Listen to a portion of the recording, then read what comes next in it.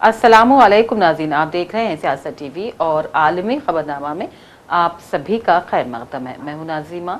सबसे पहले नज़र हेडलाइंस पर। ईरान के सिक्योरिटी चीफ अली लारीजानी और उनके बेटे की शहादत की तस्दीक। अमेरिका का 5000 पाउंड बनकर शिकन बमों से ईरानी ठिकानों पर हमला। अमेरिका व इसराइल घुटने टेके हर्जाना अदा करे तभी रुकेगी जंग। ईरानी सुप्रीम लीडर मुश्तबा खामनाई का पहला बड़ा हुक्म आया सामने। हम अपने शेड्यूल से बहुत आगे जा रहे हैं। अली लारीजानी की शहादत के बाद अमेरिकी सदर ट्रंप का बयान। ईरान जंग की हिमायत नहीं कर सकता।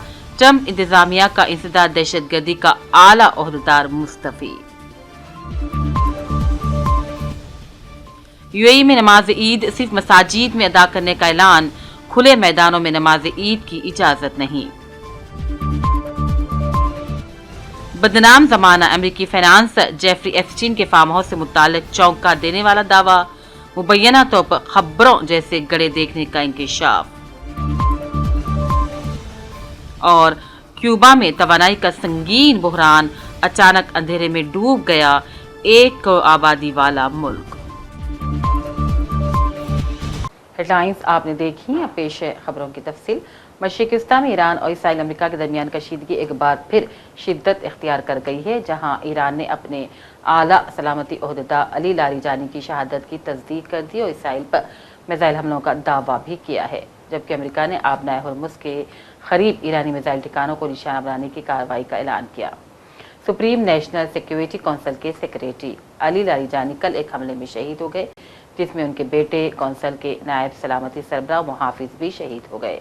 ईरान ने कहा यह हमला इसराइल की जानिब से किया गया था, जिसके जवाब में पासदारान इन्क़िलाब ने बदले की कार्रवाई में इसराइल पर मुतअद्दिद मिसाइल दागे। अली लारीजानी की शहादत के बाद ईरान ने इसराइल पर मिसाइलों की बारिश कर दी है, जिसके नतीजे में तल अबीब में मुतअद्दिद गाड़ियां तबाह जबकि 2 अफराद हलाक हो गए हैं। ईरानी पासदारान इन्क़िलाब ने एक बयान में वाज़ेह किया कि ऑपरेशन वादा सादिक 4 के तहत इसराइल के खिलाफ हमलों की 61वीं लहर का आगाज हो गया है। इसराइली दारुल-हुकूमत तल अबीब पर 4 खदर, अमाद और खैबर शिकन मिसाइल दागे गए हैं और 100 से ज़ायद फौजी और सिक्योरिटी अहदाफ को निशाना बनाया गया। अमेरिका के नेशनल काउंटर टेररिज्म सेंटर के डायरेक्टर जो केंट ने ईरान के खिलाफ जंग की मुखालिफत की और अपने ओहदे से ही इस्तीफा दे दिया। नेशनल काउंटर टेररिज्म सेंटर के डायरेक्टर जो केंट ने सोशल मीडिया पर जारी बयान में कहा वो अपने ज़मीर के मुताबिक ईरान के खिलाफ जारी जंग की हिमायत नहीं कर सकते। उन्होंने दावा किया कि ईरान अमेरिका के लिए खतरा नहीं था और ये जंग इसराइल और उसकी बाअसर अमेरिकी लॉबी के दबाव के नतीजे में शुरू की गई है। ट्रंप को भेजे गए अपने इस्तीफे में जो केंट ने कहा इसराइली हुक्काम ने अमेरिका को इस तनाज़े में शामिल करने में किरदार अदा किया और इस मकसद के लिए एक मिस इन्फॉर्मेशन मुहिम चलाई गई। ईरान के नए सुप्रीम लीडर मुश्तबा खामनाई ने मशरिक़-ए-वस्ता में जारी जंग के दरमियान अपनी तरफ से पहला बड़ा हुक्म सादिर किया है। उन्होंने कहा है कि जंग तब भी रुकेगी जब अमेरिका और इसराइल अपने घुटने टेकेंगे। मुश्तबा खामनाई ने यह वाज़ेह कर दिया कि अभी अमन का कोई इम्कान नहीं। एक सीनियर ईरानी अफसर के मुताबिक मुश्तबा खामनाई ने जंग बंदी से मुताल्लिक़ इन सभी तजावीज़ को मुस्तरद कर दिया है जो दूसरे ममालिक के जरिए ईरान तक भेजे जा रहे हैं। ईरानी वज़ीर ख़ारिजा अब्बास अराग़ची ने कहा खलीजी ममालिक के शहरी इलाकों के करीब हमलों की जिम्मेदारी अमेरिका पर आयद होती है। एक इंटरव्यू में ईरानी वज़ीर ख़ारिजा अब्बास अराग़ची ने कहा अमेरिकी अफ़वाज ने फ़ौजी अड्डों से निकलकर शहरी इलाकों होटलों मुंतकिल होना शुरू कर दिया है। अमेरिकी अफ़वाज की मुंतकिली के बाद ऐसे मकामात भी निशाने पर आ रहे हैं जो आबादी के करीब हैं। अमेरिकी सदर ट्रंप ने अली लारीजानी की शहादत के बाद एक बयान में कहा कि हम अपने शेड्यूल से बहुत आगे जा रहे हैं। ट्रंप ने ईरान पर हमले को दुरुस्त करार दिया और कहा ईरान पर हमला ना करते तो अब तक एटमी हथियार बना लेता। उन्होंने कहा हमने ईरान की फिजाइया और नेवी को मुकम्मल तबाह कर दिया। हम अपने शेड्यूल से बहुत आगे जा रहे हैं। Iran was a threat. Every country realized what a threat Iran was. The question is whether or not they wanted to do something about it. And many people, many of the greatest military scholars are saying for years that president should have taken out Iran because they wanted a nuclear weapon. They've been a threat for a long time, but they've really been a threat. If I didn't terminate Obama's horrible deal that he made, the Iran nuclear deal, you would have had a nuclear war 4 years ago. You would have had nuclear holocaust, and you would have had it again if we didn't bomb the site. So when somebody is working with us that says they didn't think Iran was a threat, we don't want those people because, and there are some people, I guess I would say that, but they're not smart people or they're not savvy people. Iran was a tremendous threat. Because the Iranian regime has told Sky News, if you put boots on the ground in Iran, it will be another Vietnam. Are you afraid of that? No, I'm really not afraid of anything. Iran now a bigger foreign policy priority for you than China. And on Cuba, the Cuban government. Iran is just a military operation to me. Iran is something that was essentially largely over in 2 or 3 days because the Navy was wiped out almost immediately. The Air Force came next. The anti-aircraft came next. I mean, we're flying over Iran. We could take out their electric capacity in 1 hour. We have there's nothing they can do right now because everything is knocked out. They have no radar, no anti-aircraft. They have nothing. And we don't, and it was a decision I made. We discussed it, Pete, Marco, JD, all of us, Chris, we discussed it. We can knock out their electricity in a matter of minutes if we wanted to. Hindustan के साबिक नायब कौमी मुशीर पंकज सरन ने मशरिक़-ए-इस्लाम में America, Israel और Iran के दरमियान जारी तनाज़े के हिंदुस्तान पर पड़ने वाले असरात के हवाले से अहम बयान दिया।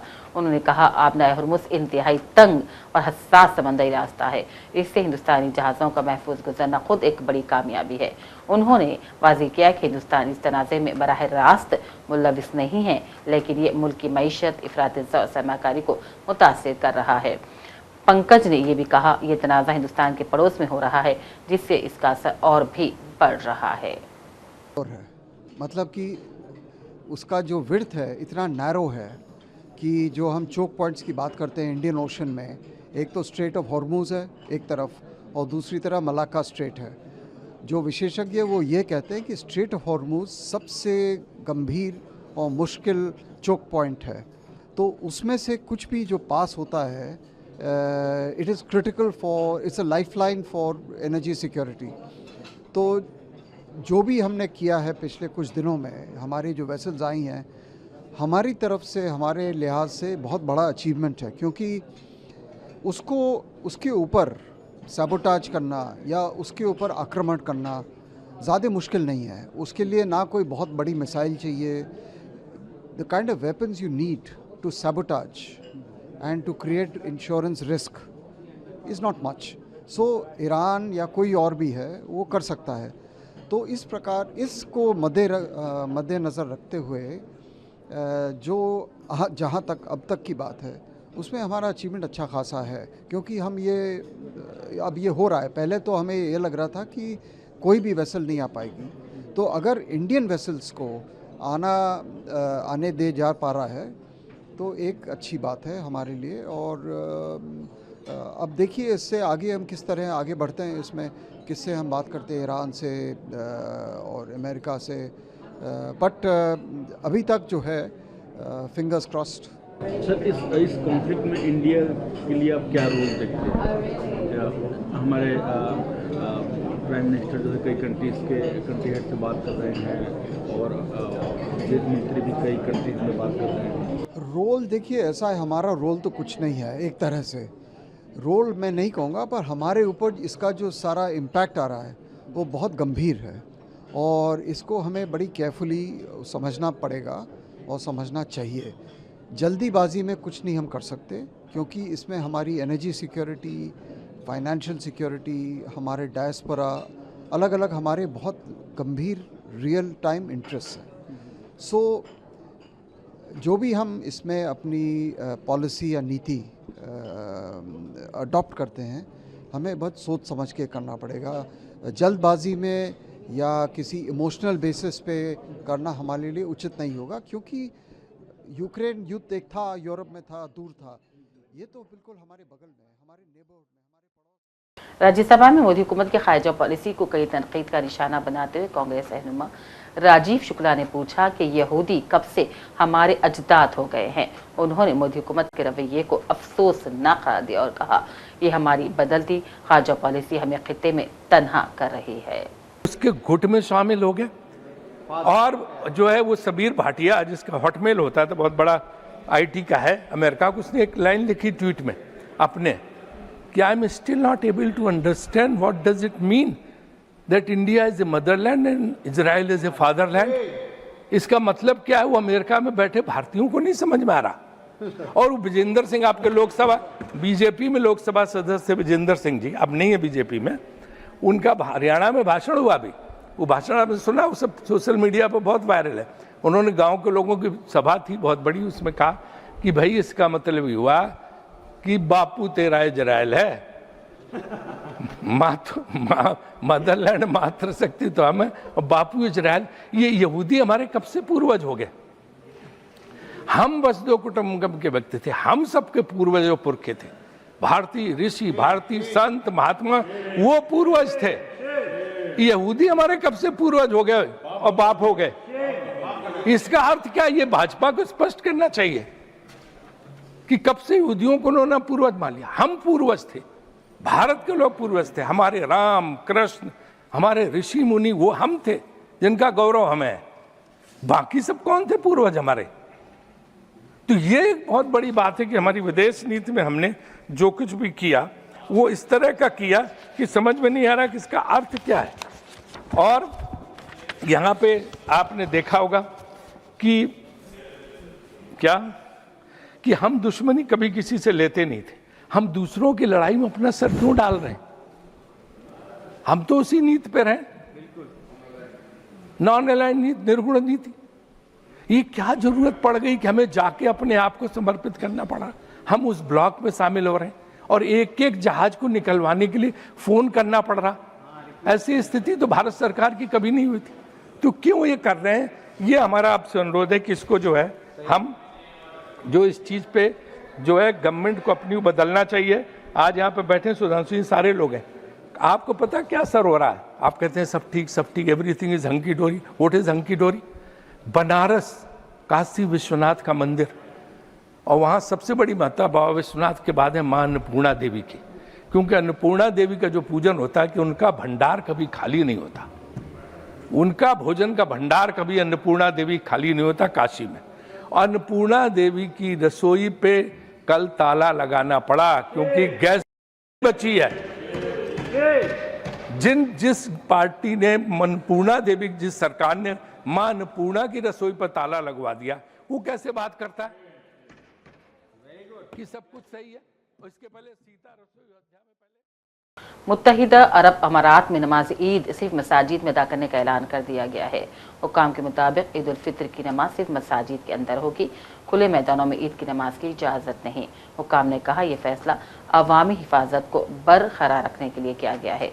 हुकाम ने कहा यूएई की तमाम मसाजिद में इंतजाम मुकम्मल कर लिए गए हैं। आवाम से अपील की जाती है कि वो मुतल्लिक़ा हुकाम की जानिब से जारी हिदायत पर अमल करें। दूसरी जानिब ईद उल फित्र का चांद देखने के लिए आज अमारात और सऊदी अरब में इजलास हो रहे हैं। क्यूबा में जारी बहरान के कम होने के कोई आसार नजर नहीं आ रहे हैं।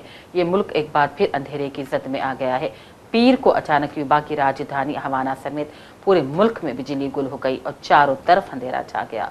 कई घंटों तक बिजली सप्लाई ठप हो जाने की वजह से घरों, अस्पतालों और ट्रांसपोर्ट खिदमात पर संगीन असरात पड़े हैं। मुल्क गिर ब्लैकआउट के सबब तकरीबन 1 करोड़ लोग अंधेरे में डूब गए। बदनाम जमाना अमेरिकी फाइनेंस जेफरी एप्स्टीन के साबिक फार्म हाउस से मुताल्लिक एक चौंका देने वाला दावा सामने आया है, जिसमें एक शहरी ने मुबैना तौर पर खबरों जैसे गड़े देखने का इंकशाफ किया। रिपोर्ट्स के मुताबिक एक नामालूम शख्स ने तस्वीर के साथ ये दावा रियासती कानून साजों एंड्रिया रोमेरियो और मारिया अनाया को भेजा, जिसमें कहा गया है कि वो 2020 में गैर कानूनी तौर पर एप्स्टीन के जोरो रेंज में दाखिल हुआ था और वहाँ खुदाई शुदा मुतअद्दिद मकामात देखने को मिले थे, जहाँ से मुबैना तौर पर लाशें निकाली जा चुकी थी। ये मालूमात new Mexico department of justice को भी दे दी गई है और काम निस्बत तहकीकात शुरू कर दी, ताहम अभी तक दावे की तस्दीक नहीं हो सकी है। राजस्थान के किशनगढ़ में वाक़ मार्बल डंपिंग यार्ड इन दिनों अपनी खूबसूरती की वजह से मुल्क भर में मौजूए बहस बन गया है। सफ़ेद पहाड़, झील जैसे मनाजिर संगमरमर के गारे से बने इसे एक गैर मुल्की वखाम का रूप दे रहे हैं। इसीलिए इसे अब मिनी स्विट्जरलैंड के नाम से भी पुकारा जा रहा है।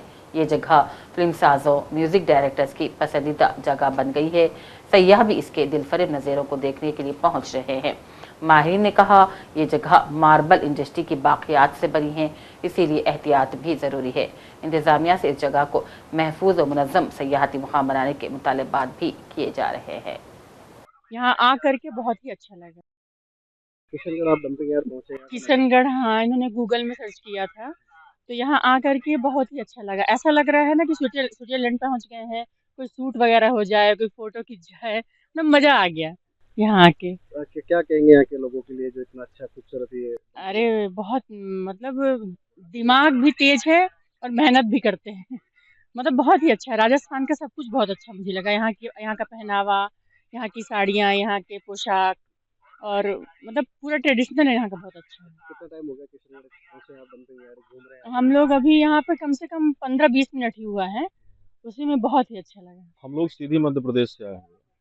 कहाँ कहाँ घूम रहे हैं आप? हम लोग अभी 2 दिन जयपुर में रुके थे, अब आज इधर, फिर अजमेर और पुष्कर, उसके बाद खाटू श्याम जाएंगे। पर जयपुर और ये बहुत खूबसूरत है, राजस्थान पूरा ही बहुत खूबसूरत है। यहाँ की स्थापत्य कला, वास्तुकला बहुत ही बेजोड़ है।